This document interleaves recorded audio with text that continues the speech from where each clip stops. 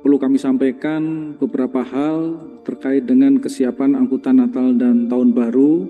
Setidaknya adalah potensi masyarakat yang berpergian, isu strategis dan mitigasi rencana mitigasi, kesiapan sarana prasarana, stimulus tiket dan tiket gratis, dan juga rencana kolaborasi kementerian lembaga, serta apa yang kami harapkan di Kementerian Perhubungan, dukungan dari kepala daerah.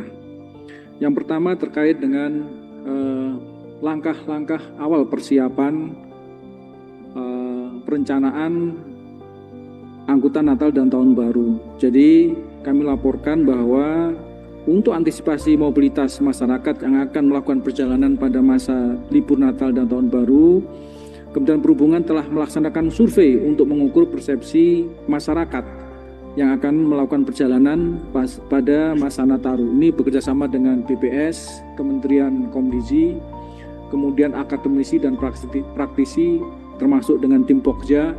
Alhamdulillah kita bisa mendapatkan sampel 30.000. Cukup banyak, yang biasanya kita hanya dapat sampel sekitar 5.000, dan ini lebih bervariasi. Sampel-sampelnya termasuk di wilayah Indonesia Timur. Tentu ada beberapa faktor yang perlu kita sampaikan di sini terkait dengan kenapa terjadi prediksi pergerakan masyarakat selama Nataru. Yang pertama adalah tentu faktor sosial budaya, faktor transportasi dan infrastruktur. Tidak lupa juga tadi faktor pariwisata dan destinasi, faktor ekonomi, faktor kalender dan kebijakan libur nasional, dan tentu juga faktor kondisi bencana yang saat ini sedang terjadi. Pada slide berikutnya kami perlu sampaikan Pak Menteri pada Bapak Ibu yang hadir bahwa berdasarkan hasil survei Nataru 2025-2026, ini adalah survei awal, dari 283,5 juta penduduk Indonesia sesuai dengan data BPS 2025, diperkirakan masyarakat akan melakukan pergerakan adalah 42,01%, atau kurang lebih 119,5 juta jiwa.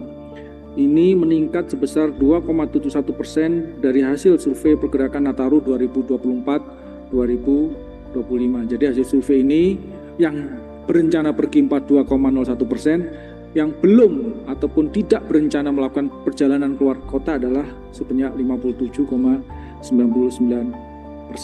Nah, ini termasuk beberapa hasil survei yang nanti akan detailkan pada saat rapat dengan Kemenko Infrawil, termasuk dengan Kemenko PMK, kota-kota tujuan dan kota-kota asal. 5 tertinggi adalah kota asal adalah Jakarta Timur, Bekasi, termasuk Bogor, Surabaya, dan Makassar. Dan tujuan kota-kota besar termasuk Jogja, Bandung, Malang, Bogor, dan Denpasar.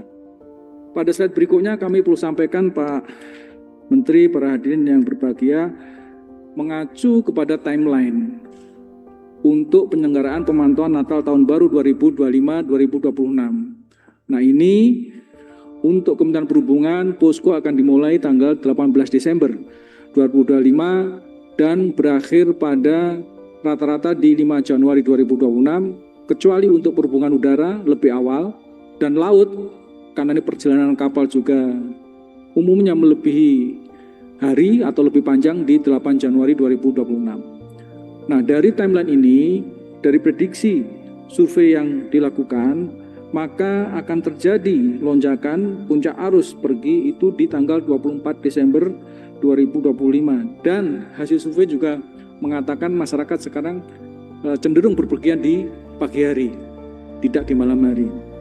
Kemudian untuk puncak arus balik akan terjadi di hari Jumat tanggal 2 Januari 2026, juga dari hasil yang kita lakukan untuk survei awal terjadi di pagi hari juga.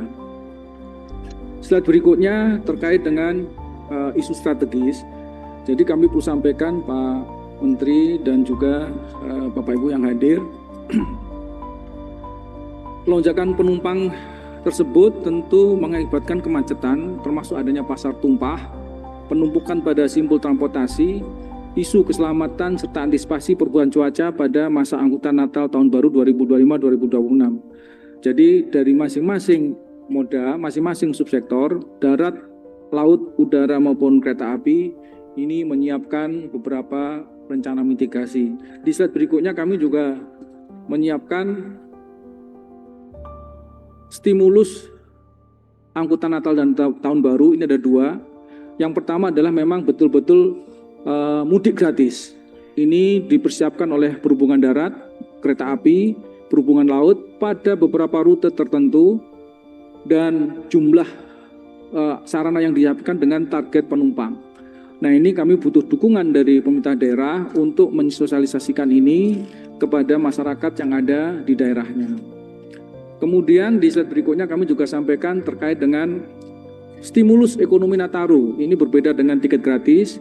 Ini telah dirapatkan sejak 25 Juli dan kemarin terakhir pelaksanaan diskon transportasi 2025 telah ditetapkan.